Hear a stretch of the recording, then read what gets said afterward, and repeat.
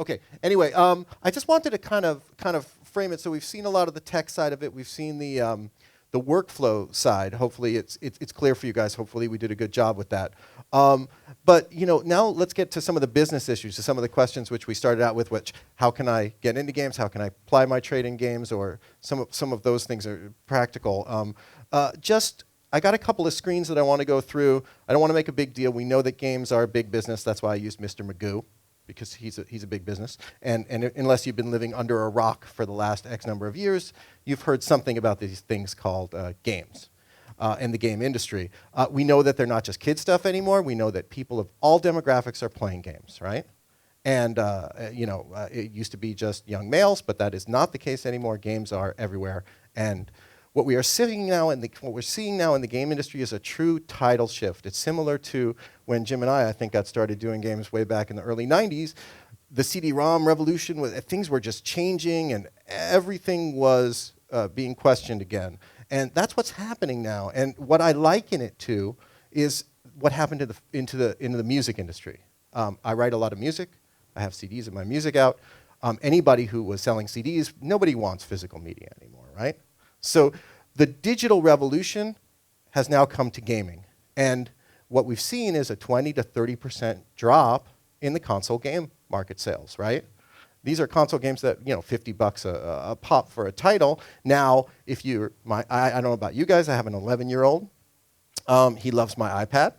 And he loves to play games on the iPad. And 99 cents or free games, he's fine. So the likelihood that people will go out to spend $40 or $50 on, a title that may or may not be a premier title is a question that's coming into people's minds now as we shift from physical media to non-physical media in the game industry. So there's a term that's been bandied about that you may or may not have heard called gamification.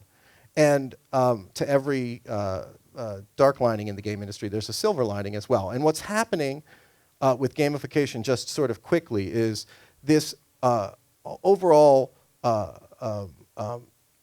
gameplay mechanics, right? The ideas of gameplay being completely prevalent in our culture, right? So Richard is going to talk to us a little bit later about some of the things he's doing with neuroscience and with neurogaming. There's a conference on neurogaming. And I very much expect within the next 10 years to bump into someone at GDC and I'll say, so what are you doing? You're a sound person. What are you doing? It's like, oh, I'm the in-house composer at Kaiser. And I'm going to be like, whoa, right? Because what we're seeing is gameplay mechanic in healthcare. We're seeing it in all aspects and all facets of our lives, of how we're digesting media, of how we're digesting information, of how we're learning, right? So this becomes an incredible opportunity for everybody in this room. So the bad news is console games having a problem now, right? The good news is social gaming, tablet markets on the rise, venture capital. Within 10 blocks of where we're sitting right here, south of Market, there are lots of venture capital companies that are getting a lot of money poured into them that are now opening studios. Kixeye is one of them.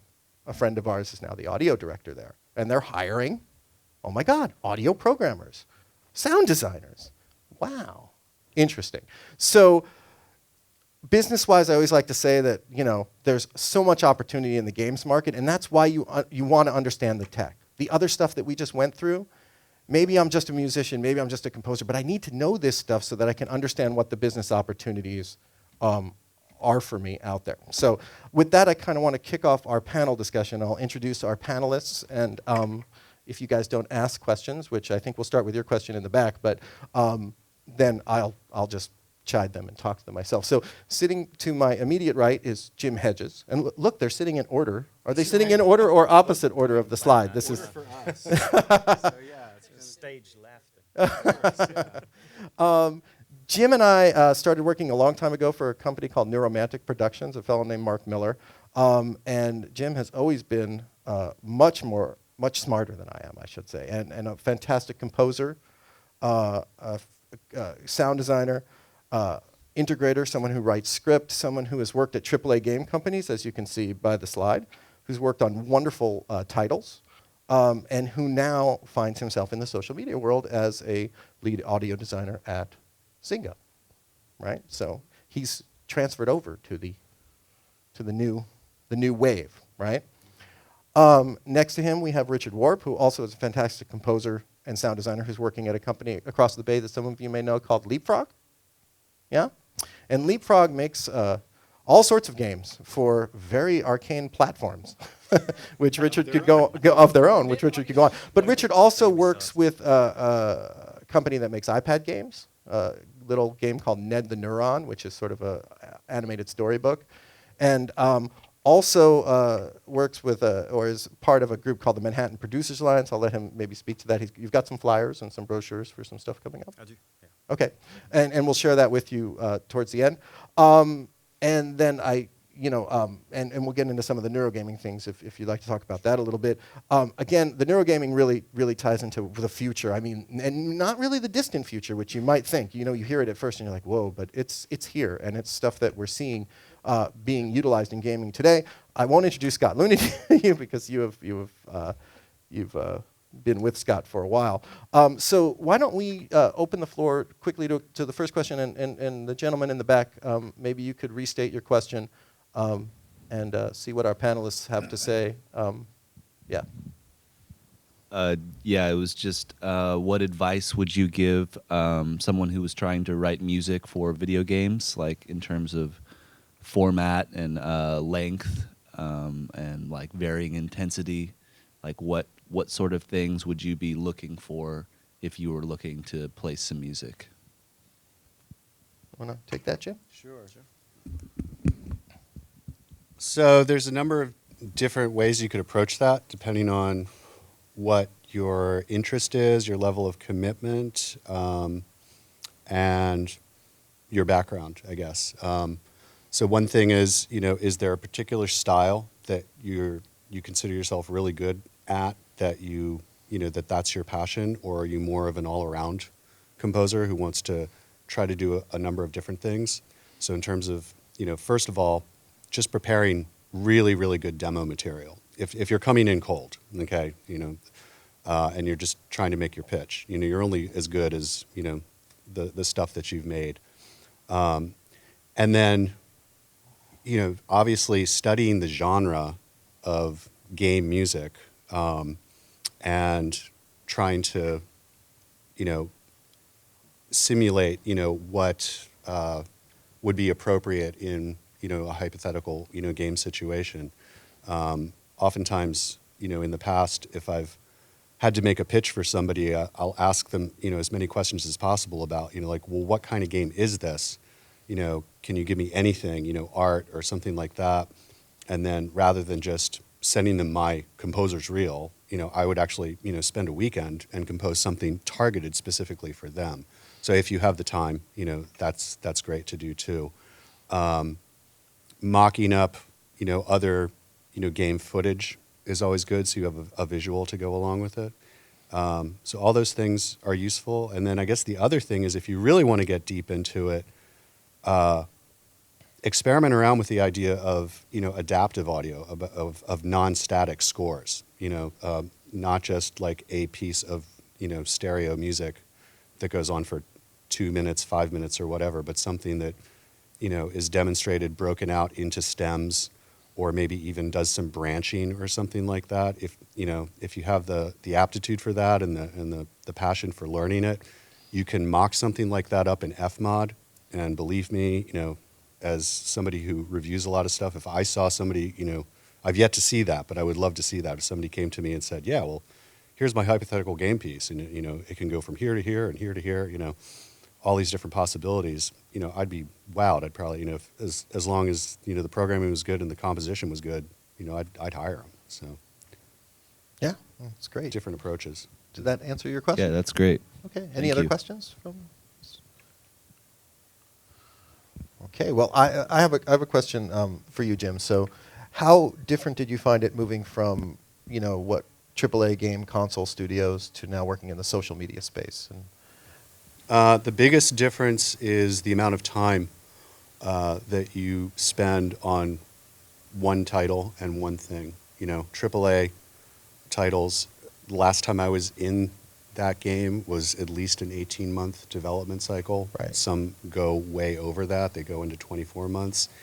And they're also very specialized in terms of, the big companies in terms of their audio departments. So you'll have, usually the composer is outsourced, that they just hire a composer and he's off doing or she's off doing something. Then you might have an audio implementer and then several sound effects people, who are, one is a weapons person, one is, a spells person, one is a character person or something like that. So you're really kind of honed in on, one particular area of the whole game for a long period of time. Whereas in social games, it's generally much more, you have to be able to be a jack of all trades, right, and you have to be able to do it fast. Yep.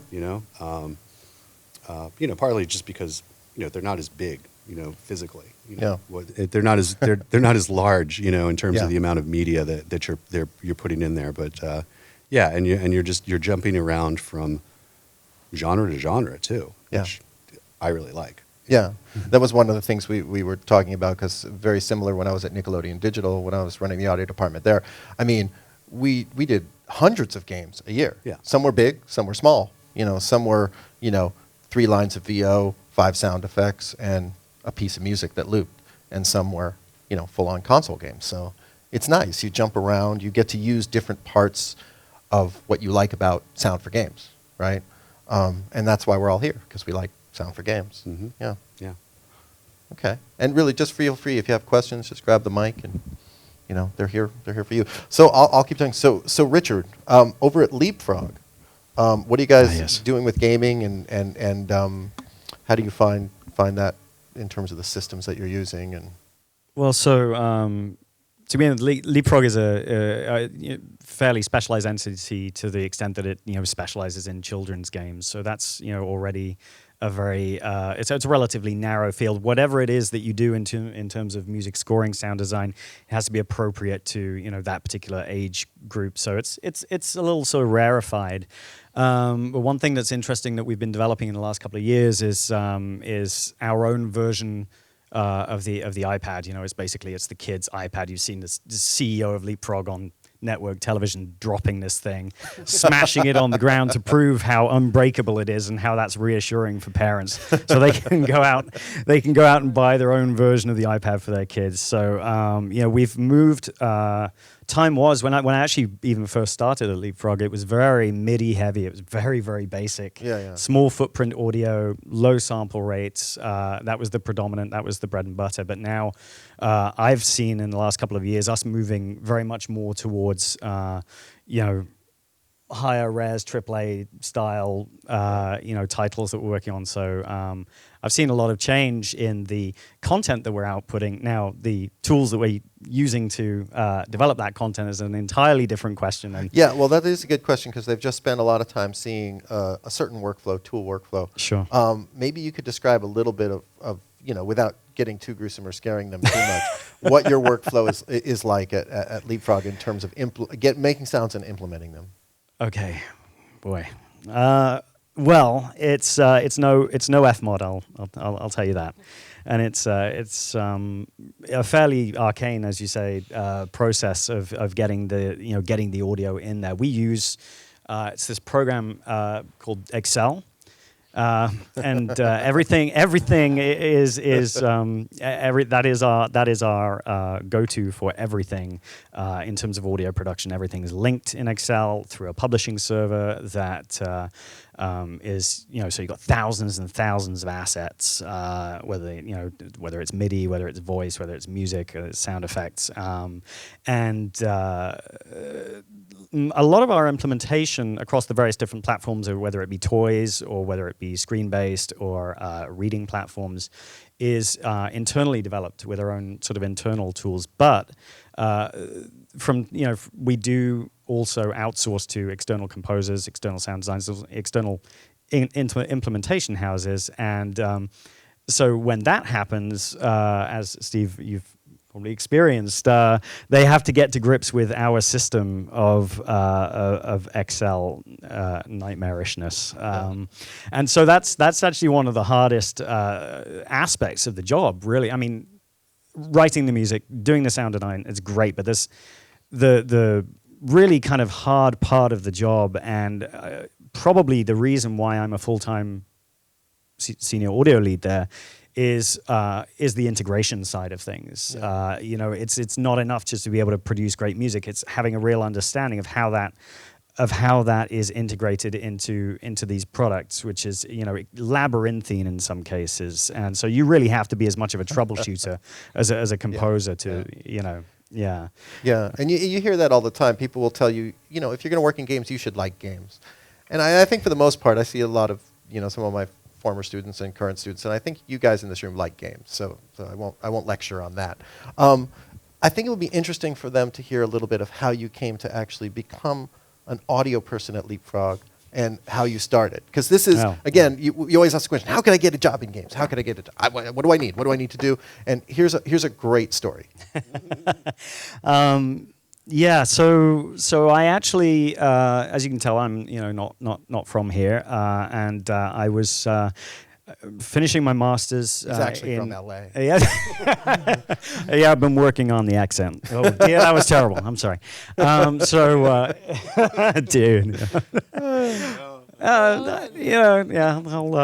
I'll get there. Give me 20 years. So I finished my studies in London, and then my wife was getting ready to go to grad school at Berkeley, and so I was like, okay, I guess I've got to find a job.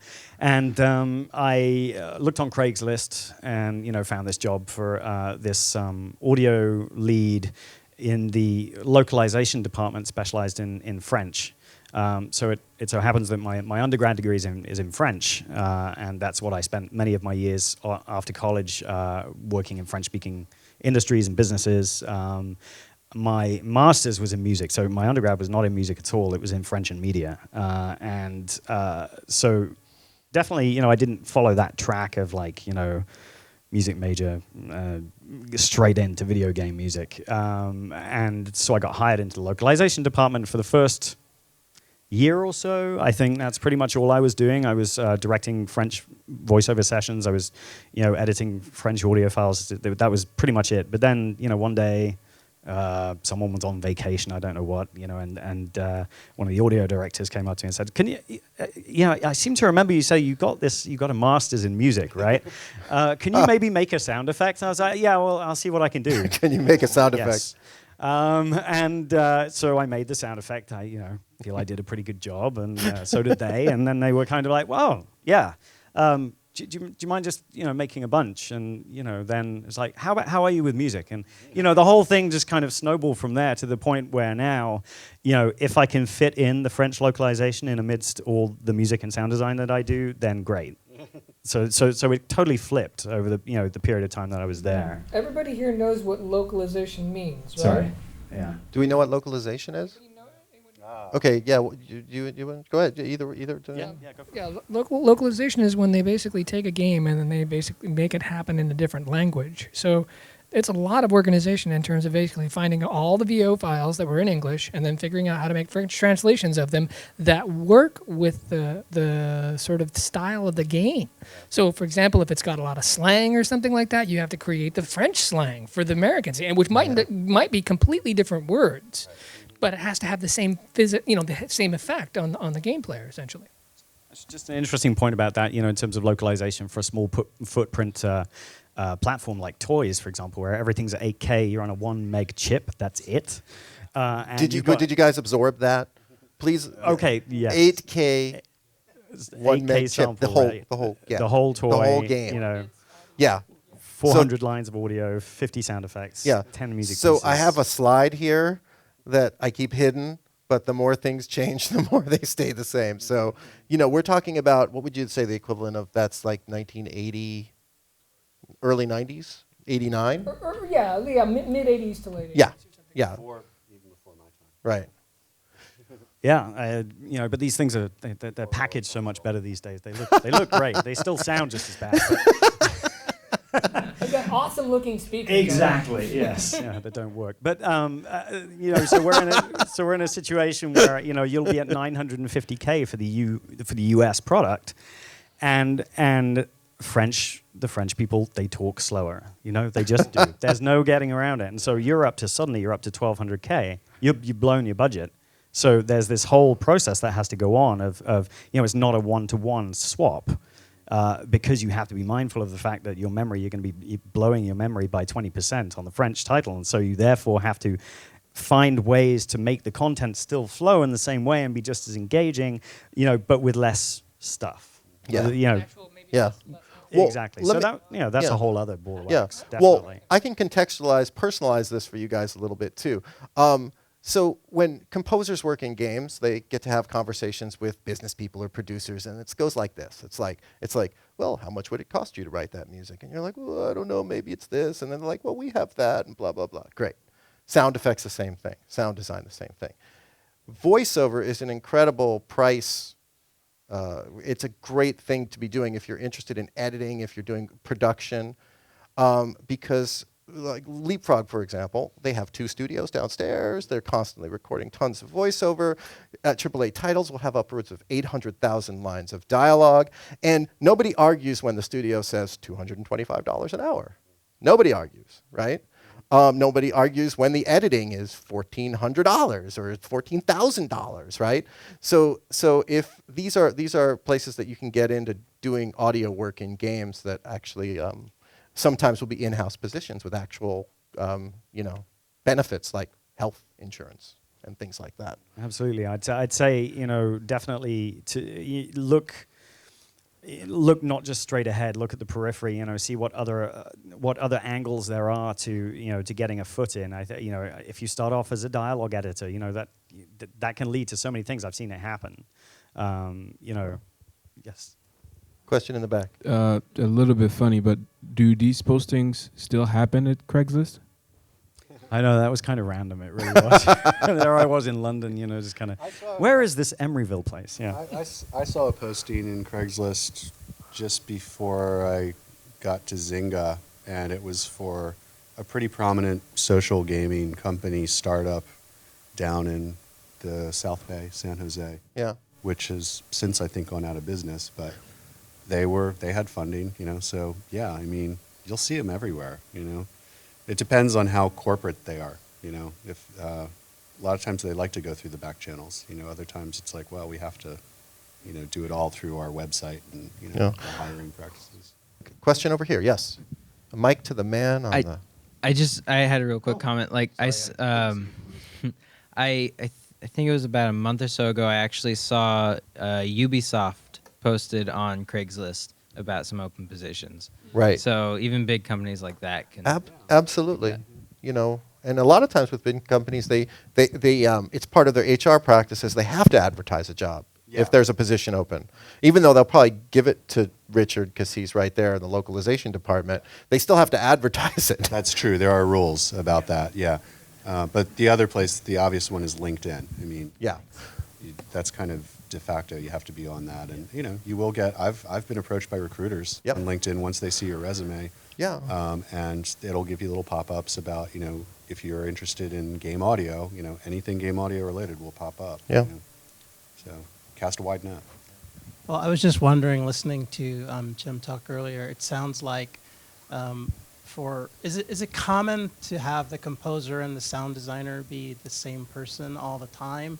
Or is it, I guess in the larger titles, it's often broken out and specialized, but Yeah. like if you're talking more indie, you probably have to do it all, I'm guessing. Yeah. Is that the norm? Yeah, it really it's the industry has evolved. It's gone through cycles and shifts, and I think you nailed it right there. It really mostly has to do partly has to do with the budget, but also with the style. So when I was starting out at Sega, that was first at New Romantic with Steve. We were doing both music and sound effects, sort of whatever. We would have within the company 3 titles, 4 titles or something. It was like, okay, what can you do? What are your strengths? What are your strengths? Okay, and we just kind of divvy it up. Then went in-house to Sega.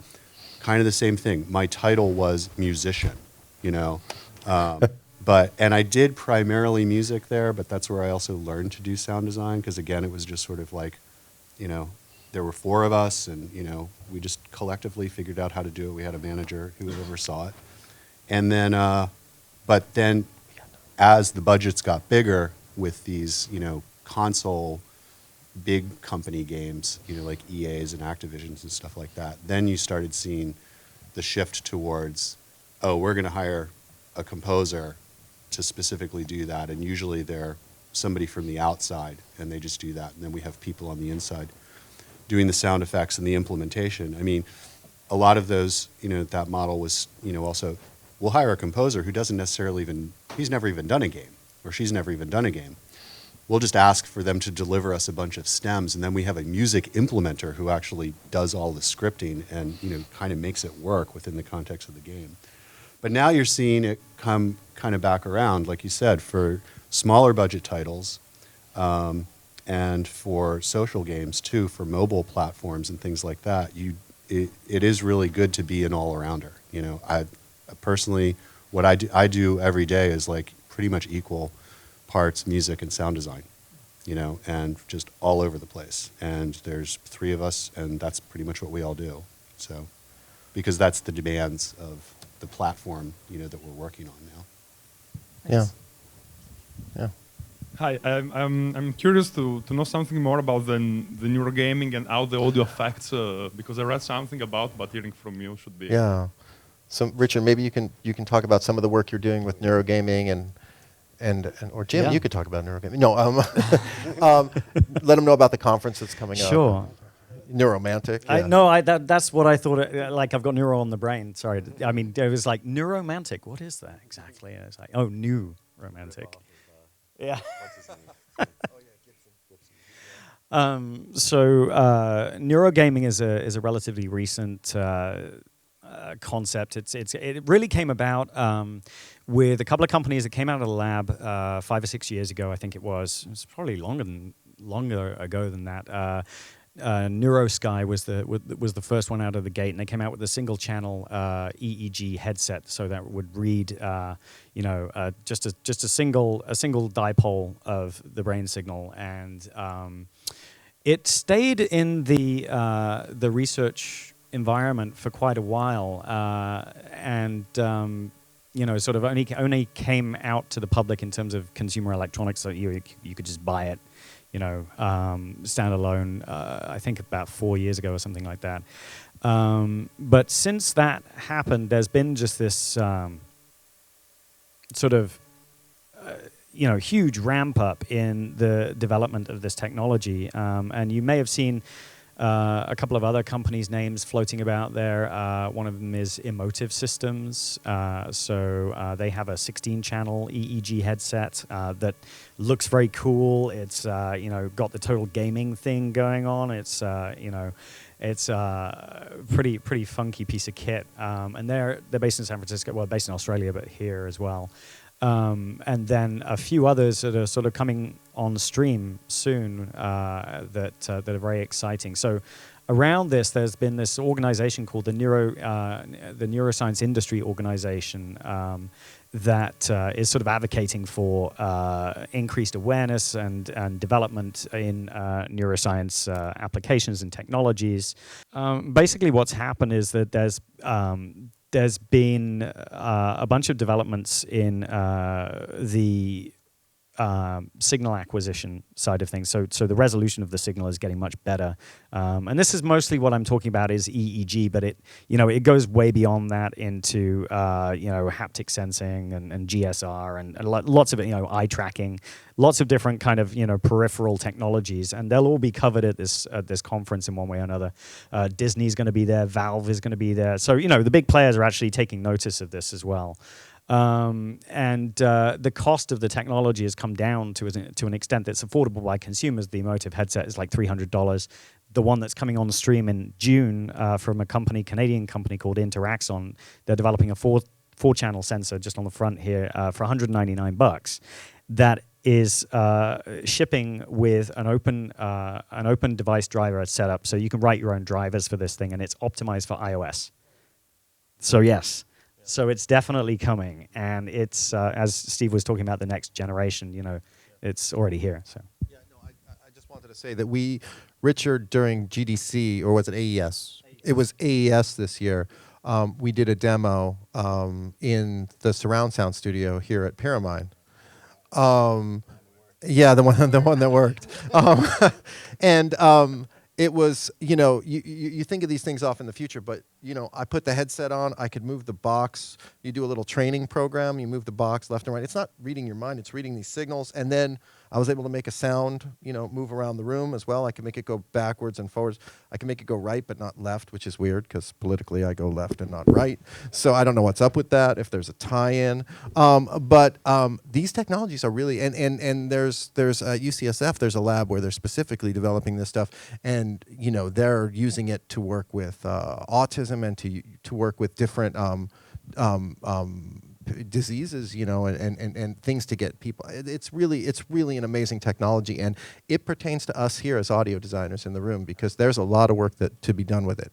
Yeah, so I started basically as a medical application, and now it's starting to get also maybe in gaming and more absolutely entertainment fields. Yeah, absolutely. Yeah, and then we're going to switch over. I'm going to ask you a question too, Scott. Yeah, in terms of a neuro thing, I just ran into a guy named Lat Ware, and basically what he does. Yeah, throw trucks with your mind, exactly. He came up with a game in which he's using the NeuroSky interface, and he did a Kickstarter project in order to be able to make a game where you throw trucks with your mind.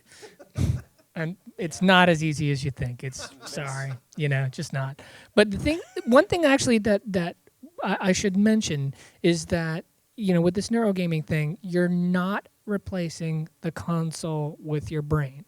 Or you're not replacing the console controller with your brain. It cannot react fast enough to be able to get that kind of accuracy. So what you're really talking about is adding additional input into the game that can then sense a player's emotional state and then react accordingly by ramping the music up, for example, just like what we were demonstrating in Unity. Something that can read your BP maybe. Yeah, or that can read your heartbeat, exactly. And Valve is really interested in this kind of stuff, possibly galvanic skin response, what he called GSR, right? That's the same thing. Yeah, I mean, Scott's absolutely right on the money with that. In that it doesn't have the same kind of reaction times as your hands. So you're always going to have that intermediary to a certain extent. But what it can do is it can read your generalized emotional state. It can tell whether you're attending to something. It can tell whether you're in a calm state. It can tell whether you're in an excited or frustrated state. And all of those words that I've just used, as composers and sound designers, I'm sure we're all aware how well they can translate to what we do. So that's where you go to. So I mentioned I'm hosting a panel on immersive game experiences at the Neurogaming conference, and the reason why that happened is because I was forwarded the details of this conference. I looked at the agenda, nothing about sound whatsoever, nothing about sound or music, and I was like, this is just not on. So I contacted the organizer and I said, we need sound in this conference. And he was like, you know what? You're right. I'd never thought about that. So there's definitely a push element to this. But as composers and sound designers, we can go to these companies that are developing these tools and these technologies and say, hey, have you thought about the sound? Have you thought about how you're going to approach that whole thing? And you can actually get in there where nobody else is right now. Right. Yeah, this is definitely the time to be entrepreneurial. Entrepreneurial, Scott says.